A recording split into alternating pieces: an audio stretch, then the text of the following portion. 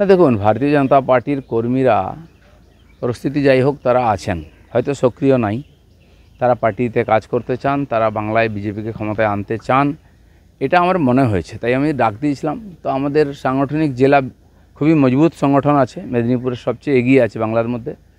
জেলার নতুন সমস্ত টিম তৈরি হচ্ছে, তারা মনে করলেন যে অনেক দিন কোনো বড় প্রোগ্রাম হয়নি, হোক, এবং আমাদের সেই সাথী যারা শহীদ হয়েছেন তাদের শ্রদ্ধাঞ্জলির নাম করে সবাই এসেছিলেন। নিঃসন্দেহে এটা খুব আনন্দের। বর্তমান বিজেপি কোথায় আছে এটা হচ্ছে তার একটা নমুনা মাত্র। খড়গপুর যে দাদা আপনার চয়েস, এটা আপনি আগের দিন খড়গপুরেও বলেছেন, কিন্তু পরবর্তী ভোটে যদি আপনাকে সেখান থেকে প্রার্থী করা হয় বা না হয় সেই বিষয়ে আপনি কি আপনার কোনো চয়েসের কথা দলকে জানান? দেখুন, পার্টি আমাকে 3 বার ক্যান্ডিডেট করেছে, আমি কখনো টিকিটও চাইনি, পদও চাইনি। পার্টি মনে হয়েছে দেওয়া উচিত। माननीय अमित शाह प्रेसिडेंट ছিলেন, তিনি বলছেন नहीं नहीं बड़े लीडर को लड़ना चाहिए। আমি 6 মাস প্রেসিডেন্ট হয়েছি, 1 বছর আগে পার্টিতে এসে আমাকে বলা হয় ইলেকশন লড়তে হবে, পার্টির নির্দেশ মেনে নিয়েছি। হ্যাঁ, চয়েস জিজ্ঞেস করা হয়েছিল, আমি খড়গপুর বলেছিলাম অ্যাসেম্বলিতে। পরের বারে 3 বছর পরে আবার বলে ইলেকশন লড়ো, জিজ্ঞেস করা হলো, আমি মেদিনীপুর বললাম, জিতেছি।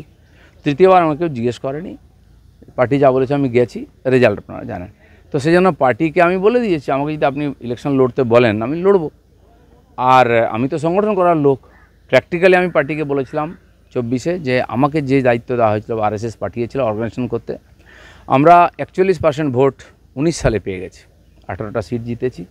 তো এক প্রকার সংগঠন দাঁড়িয়ে গেছে, যেন আমাদের মতো অর্গানাইজারদের কাজ শেষ হয়ে যায়, এখানে অন্য জায়গায় চলে যাই আমরা। পার্টি আমাকে রেখে দিয়েছিল প্রেসিডেন্ট হিসাবে, সেই মুক্তি আমি 21-এর পরে চাই। তো আমার কাজটা প্রায় সংগঠনের শেষ হয়ে গেছিলো, হয়তো পার্টি মনে করেছে আর প্রয়োজন আছে, সেজন্য যা কাজ দেবে আমি করবো। তাহলে 26-এ খড়গপুরে বিজেপির প্রার্থী আপনি? না, এটা আপনিও বলতে পারেন না, আমিও বলতে পারেন না। পার্টির যে নির্বাচন কমিটি হবে, পার্লামেন্টারি বোর্ড আছে, তারা ঠিক করবেন। চাকরিহারা শিক্ষক শিক্ষিকারা দিবারাত্রি ধর্ণা কর্মসূচি দেখাচ্ছে দিল্লিতে, কি বলবেন?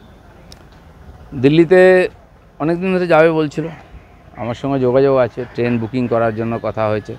তো ওনারা লম্বা ওখানে একটা ধর্ণা দেবেন বলেছেন।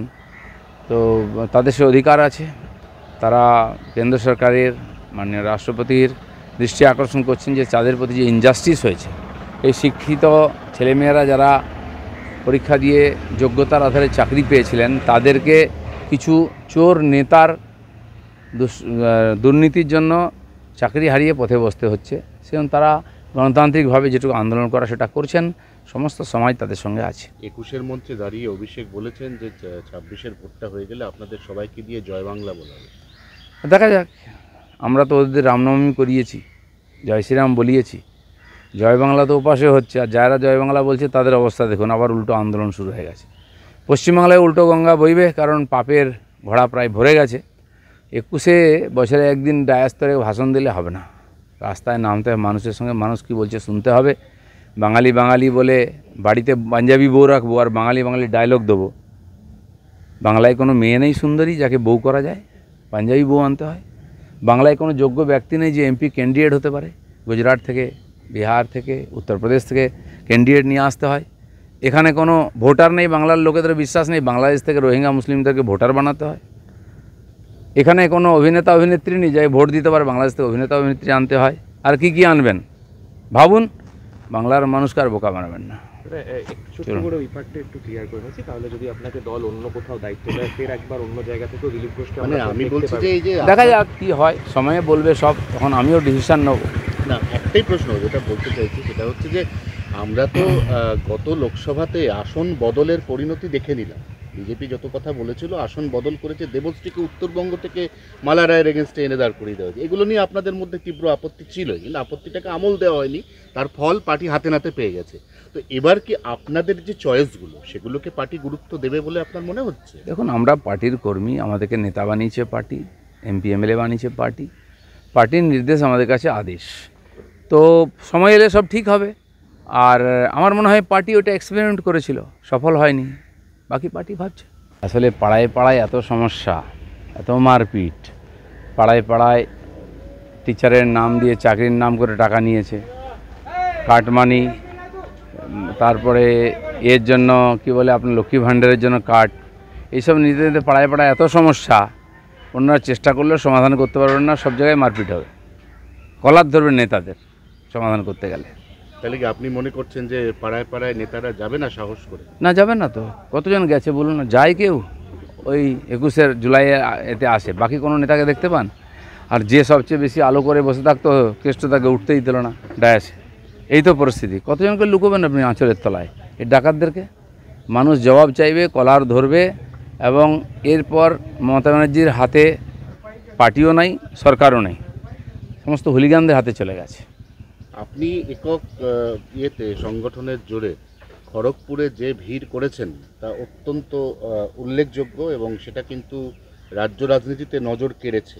মানে আপনার তো কয়েকদিন আগেও একটা ডাইলেমার মধ্যে ছিল, আপনি থাকবেন কিনা, আপনি যাবেন কিনা, কিন্তু খড়গপুরের লোক সংখ্যা দেখে কিন্তু অনেকের মাথা ঘুরে যায়।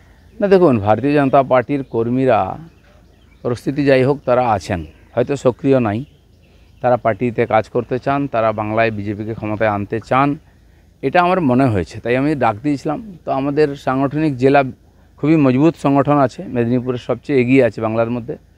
জেলার নতুন সমস্ত টিম তৈরি হচ্ছে, তারা মনে করলেন যে অনেক দিন কোনো বড় প্রোগ্রাম হয়নি, হোক। এবং আমাদের সেই সাথী যারা শহীদ হয়েছেন তাদের শ্রদ্ধাঞ্জলির নাম করে সবাই এসেছিলেন। নিঃসন্দেহে এটা খুব আনন্দের। বর্তমান বিজেপি কোথায় আছে এটা হচ্ছে তার একটা নমুনা মাত্র। খড়গপুর যে দাদা আপনার চয়েস, এটা আপনি আগের দিন খড়গপুরেও বলেছেন, কিন্তু পরবর্তী ভোটে যদি আপনাকে সেখান থেকে প্রার্থী করা হয় বা না হয় সেই বিষয়ে আপনি কি আপনার কোনো চয়েসের কথা দলকে জানান? দেখুন, পার্টি আমাকে 3বার ক্যান্ডিডেট করেছে, আমি কখনো টিকিটও চাইনি, পদও চাইনি। পার্টি মনে হয়েছে দেওয়া উচিত। माननीय अमित शाह प्रेसिडेंट ছিলেন, তিনি বলছেন नहीं नहीं बड़े लीडर को लड़ना चाहिए। আমি 6 মাস প্রেসিডেন্ট হয়েছি, 1 বছর আগে পার্টিতে এসে আমাকে বলা হয় ইলেকশন লড়তে হবে, পার্টির নির্দেশ মেনে নিয়েছি। হ্যাঁ, চয়েস জিজ্ঞেস করা হয়েছিল, আমি খড়গপুর বলেছিলাম অ্যাসেম্বলিতে। পরের বারে 3 বছর পরে আবার বলে ইলেকশন লড়ো, জিজ্ঞেস করা হলো, আমি মেদিনীপুর বললাম, জিতেছি। তৃতীয়বার আমাকে কেউ জিজ্ঞেস করেনি, পার্টি যা বলেছে আমি গেছি, রেজাল্ট আপনারা জানেন। তো সেই জন্য পার্টিকে আমি বলে দিয়েছি, আমাকে যদি আপনি ইলেকশন লড়তে বলেন আমি লড়বো। আর আমি তো সংগঠন করার লোক, প্র্যাকটিক্যালি আমি পার্টিকে বলেছিলাম 24-এ যে আমাকে যে দায়িত্ব দেওয়া হয়েছিল, আরএসএস পাঠিয়েছিল অর্গানাইজেশন করতে, আমরা 41% ভোট 19 সালে পেয়ে গেছি, 18টা সিট জিতেছি। তো এক প্রকার সংগঠন দাঁড়িয়ে গেছে, যেন আমাদের মতো অর্গানাইজারদের কাজ শেষ হয়ে যায়, এখানে অন্য জায়গায় চলে যাই আমরা। পার্টি আমাকে রেখে দিয়েছিল প্রেসিডেন্ট হিসাবে, সেই মুক্তি আমি 21-এর পরে চাই। তো আমার কাজটা প্রায় সংগঠনের শেষ হয়ে গেছিলো, তো হয়তো পার্টি মনে করেছে আর প্রয়োজন আছে, সেজন্য যা কাজ দেবে আমি করবো। তাহলে 26-এ খড়গপুরে বিজেপির প্রার্থী আপনি? না, এটা আপনিও বলতে পারেন না, আমিও বলতে পারেন না। পার্টির যে নির্বাচন কমিটি হবে, পার্লামেন্টারি বোর্ড আছে, তারা ঠিক করবেন। চাকরিহারা শিক্ষক শিক্ষিকারা দিবারাত্রি ধর্ণা কর্মসূচি দেখাচ্ছে দিল্লিতে, কি বলবেন? দিল্লিতে অনেক দিন ধরে যাবে বলছিল, আমার সঙ্গে যোগাযোগ আছে, ট্রেন বুকিং করার জন্য কথা হয়েছে। তো ওনারা লম্বা ওখানে একটা ধর্ণা দেবেন বলেছেন। তো তাদের সে অধিকার আছে, তারা কেন্দ্র সরকারের মাননীয় রাষ্ট্রপতির দৃষ্টি আকর্ষণ করছেন যে তাদের প্রতি যে ইনজাস্টিস হয়েছে, এই শিক্ষিত ছেলেমেয়েরা যারা পরীক্ষা দিয়ে যোগ্যতার আধারে চাকরি পেয়েছিলেন, তাদেরকে কিছু চোর নেতার দুর্নীতির জন্য চাকরি হারিয়ে পথে বসতে হচ্ছে।